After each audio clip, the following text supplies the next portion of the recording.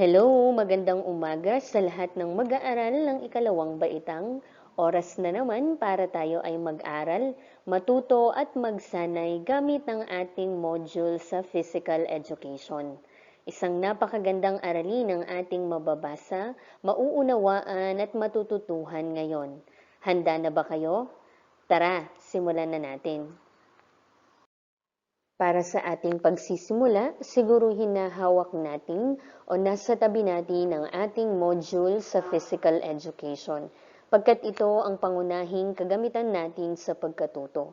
Ihanda rin natin ang ating lapis at ang ating notebook o sagutang papel na siyang maglalaman ng mga sagot natin sa bawat pagsasanay o gawain na nakapaloob sa ating module. Ulitin natin, dapat may module, check, dapat may lapis, check, dapat may notebook o sagutang papel, check.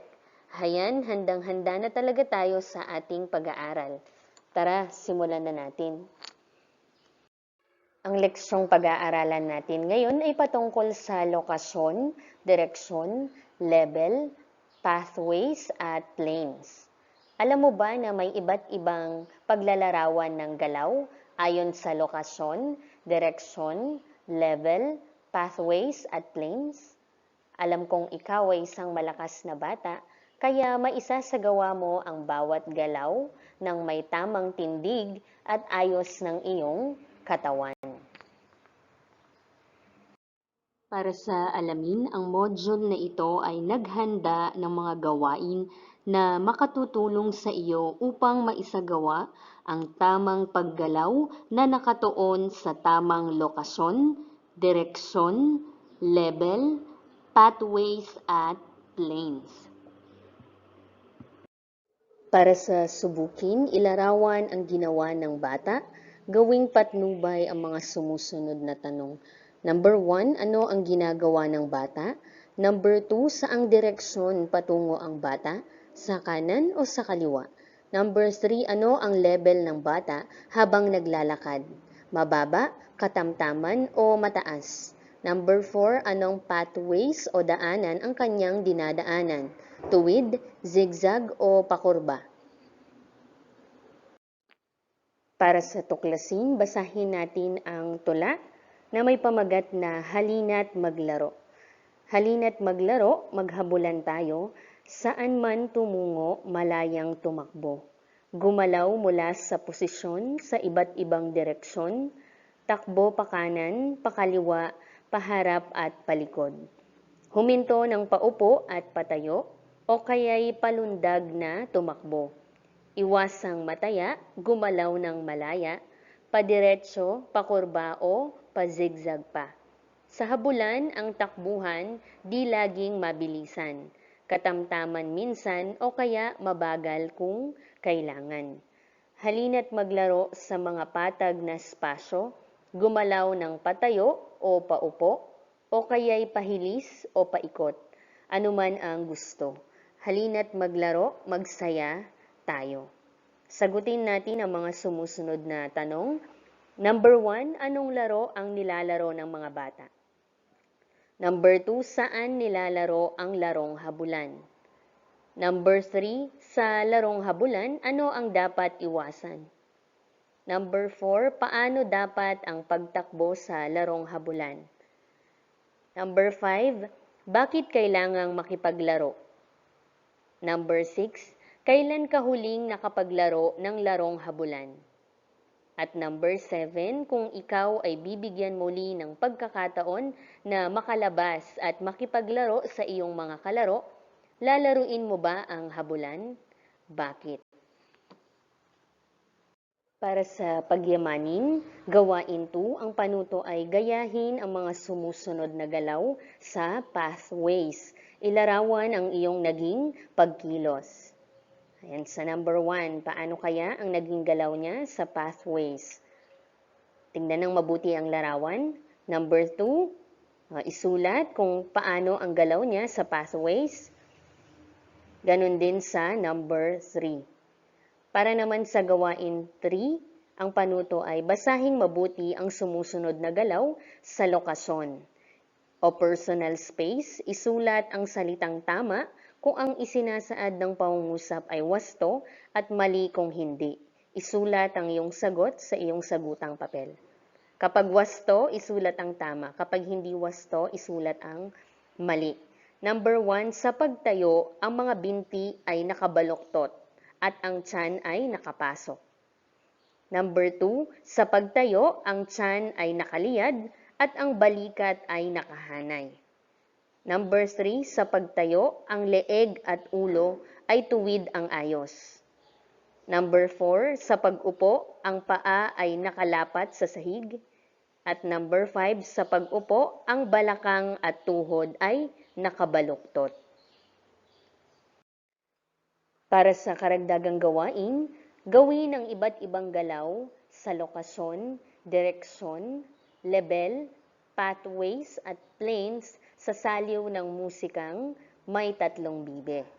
Kantahin mo ito at pagkatapos ay igalaw ang iyong katawan ayon sa lokasyon, direksyon, level, pathways at planes. Pagkatapos ay ilarawan ang iyong naging paggalaw sa pamamagitan ng pagsagot sa mga sumusunod na tanong. Number 1, ilarawan ang iyong lokasyon habang ginagawa ang pag-awit at pagkilos. Number 2, saang direksyon ka patungo? Number 3, ilarawan ang level ng kilos na nagawa mo. Number 4, ano ang pathways o daanan mo habang isinasagawa ang gawain? At number 5, anong mga bahagi ng katawan ang ginamit mo sa sagittal plane, sa frontal plane at horizontal plane? Para sa aralin 2, tayo ay muli pang magsasanay sa iba't ibang galaw ng katawan.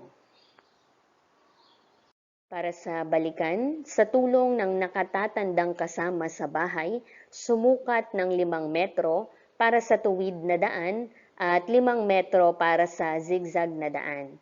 Orasan ng iyong naging paglakad, saan ka mas mabilis na nakarating sa dulo? Sa tuwid na daan o sa zigzag na daan? Para sa pagyamanin, gawain 1, ang panuto ay sa tulong ng magulang, kapatid o kaibigan, magsanay lumakad ng tuwid sa pamamagitan ng pagsunod sa sumusunod na panuto. Isagawa ang bawat hakbang na may bilang na 8. Number 1, lumakad paharap. Number 2, lumiko sa kanan at muling lumakad paharap. Number 3, lumiko muli sa kanan at muling lumakad paharap. At number 4, muling lumiko sa kanan at muling lumakad paharap hanggang sa makabalik ka sa dating lugar. Para sa gawain 2, ang panuto, ilarawan ang kilos ng mga sumusunod sa pamamagitan ng pagsagot sa talahanayan sa ibaba. Ang mga nasa larawan ay ang batang lumundag at ang batang naglalakad. Ito ang talahanayan na iyong sasagutan. Para sa larawan ng batang lumundag, isusulat mo ang lokasyon, direksyon, level, pathways at planes. Gayon din sa batang naglalakad, kung ano ang lokasyon, direksyon, level, pathways at planes. Para naman sa isa-isip, tandaan natin ang mga terminong ito. Number 1, lokasyon. Kapag sinabi nating lokasyon, ito ay maaaring sa tabi, sa harap, sa ilalim, sa itaas, o paggalaw na hindi umaalis sa pwesto at malayang paggalaw. Number 2, direksyon. Kapag sinabi naman nating direksyon, ito ay patungo sa harapan, sa likuran, patungo sa kaliwa o sa kanan at patungo sa 4 na direksyon. Kapag sinabi naman nating levels, ito ay mababa, katamtaman at mataas. Kapag sinabi nating pathways, ito ay tuwid, pakurba o kaya naman ay zigzag. At kapag planes, ito ay frontal, horizontal at sagittal. Para sa isagawa, ilarawan ang kilos ng bawat kasama mo sa bahay. Pagmasdan silang mabuti. Pagmasdan ang mga kilos ni nanay, tatay, ate, kuya at bunso. Pagkatapos ay ilarawan ang mga kilos nila base sa lokasyon, direksyon, level, pathways o kaya naman ay planes. Para sa tayahin, pagtambalin ang mga panutong nasa hanay A sa mga larawang nagsasagawa nito na nasa hanay B. Piliin ang tamang sagot. Nasa hanay B ang mga pagpipiliang mga larawan. Isusulat lamang natin ang letter. Nasa hanay A naman ang description o paglalarawan sa mga picture na nasa hanay B. Ito ang mga description o paglalarawan sa mga picture na nasa hanay B. Number 1, lumukso ng mataas. Number 2, itaas ang dalawang kamay. Number 3, lumakad sa vertical na linya. Number 4, lumakad sa zigzag na linya. At number 5, lumakad sa diagonal na linya. Pagmasdan ng mga larawan na nasa hanay B mula letters A hanggang F. Tignan ang katambal na description nito sa hanay A. Para naman sa karagdagang gawain, isulat ang slash kung ang isinasaad ng pangungusap ay nagpapakita ng tamang paggalaw at X naman kung hindi. Tukuyin kung anong paggalaw ang ginamit. Number 1, sa pag-upo, ang balakang at tuhod ay nakabaluktot. Kapag tama, check. Kapag mali, X. Number 2, sa paglakad, dapat ang mga kamay ay magkasabay na umiimbay sa tagiliran.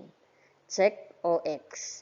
Number 3, sa paglakad, ang likod ay nakabahagi ng katawan ay tuwid at ang paningin ay nakatuon sa unahan. Check o X. Number 4, sa pagtayo, ang braso at kamay ay malayang nakalagay sa unahan. Check ba o X? At number 5, sa pagtayo, ang leeg at ulo ay tuwid, ang ayos. Maraming salamat mga bata. Tandaan, pangalagaan ang katawan upang mapanatili ang kalusugan nito. Maging maingat sa pagsasagawa ng anumang gawaing may kaugnayan sa kaangkupang pisikal. Ito si Teacher Carmela M. Santos na nagsasabing patuloy na magbasa, patuloy na matuto, patuloy na magsanay, #ProjectAppear. Paalam!